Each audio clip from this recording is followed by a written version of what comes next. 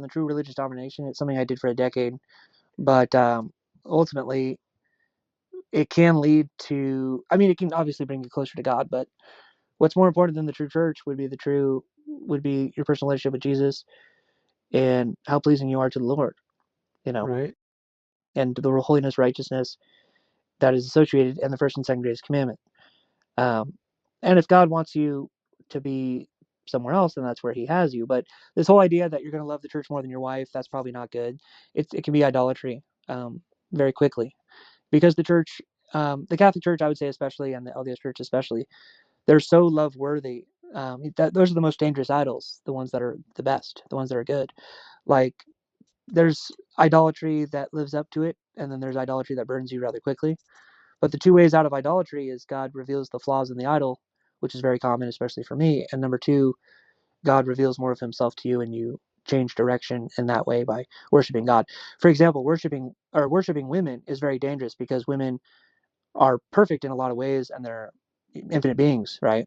So they can lose Yeah. the idol status, especially your wife or your daughter or your teacher or whatever, right? Girl on the internet who doesn't show her flaws, and you can fall in love with them and idolize them, and those can be very dangerous because it could take a long time to find the flaws. But if you're idolizing a sports team, what's going to happen is your team's going to lose in the championship game, or they're going to get blown out or something, and you're just going to get burned up, unless you're worshiping the best team or something.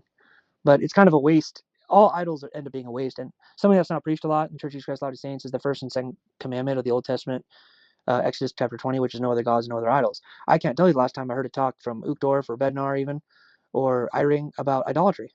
Have you ever heard a talk on idolatry at our church?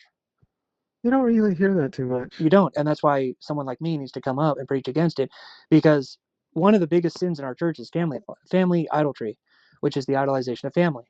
And Al Harris does not struggle with it, but I'd be lying if I said that Jeffrey R. Holland doesn't struggle with it, because he does. He brings up his wife at General Conference. He loves his wife, in my opinion, too much. I think that's his biggest sin by far. I met a 7-year-old couple. I asked him straight up, who do you love more, God or family? He said the same. That's idolatry. If I was running the church, I wouldn't excommunicate him, but I'd put him on disciplinary council. Um, if you're openly worshiping your family, I think that's a violation of the first and second commandments. And people are like, oh, it's not a big deal. It's the second greatest commandment is love your family. First Timothy 5:8 says you should love your family more than other people. I don't know how bad it could possibly be. I even saw a comment on the internet. The guy says, well, if that's idolatry, then yes, I'm committing idolatry. And he didn't even care. In the Old Testament, you'd get stoned to death by saying something like that. And I know we're not in the Old Testament. Everyone would be dead if we were in the Old. Yeah.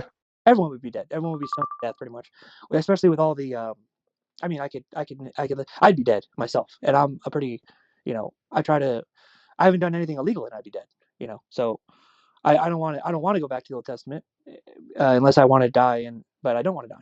I'm just saying, like, the fact that we're committing idolatry openly and nobody cares in what's literally the most true church on earth, it just shows how wicked this world is in this dimension, in this world of injustice. And God, He deserves our love and our praise, and our families do too, but not as much, and not nearly as much. And there is a pantheistic relationship with the first and second greatest commandment and the second and first greatest commandment. If you worship the first and greatest commandment, the second greatest commandment, um, well, put it like this: if you fill up the cup of the first and greatest commandment as much as you can, it will leak over and it will spill over into the second greatest commandment.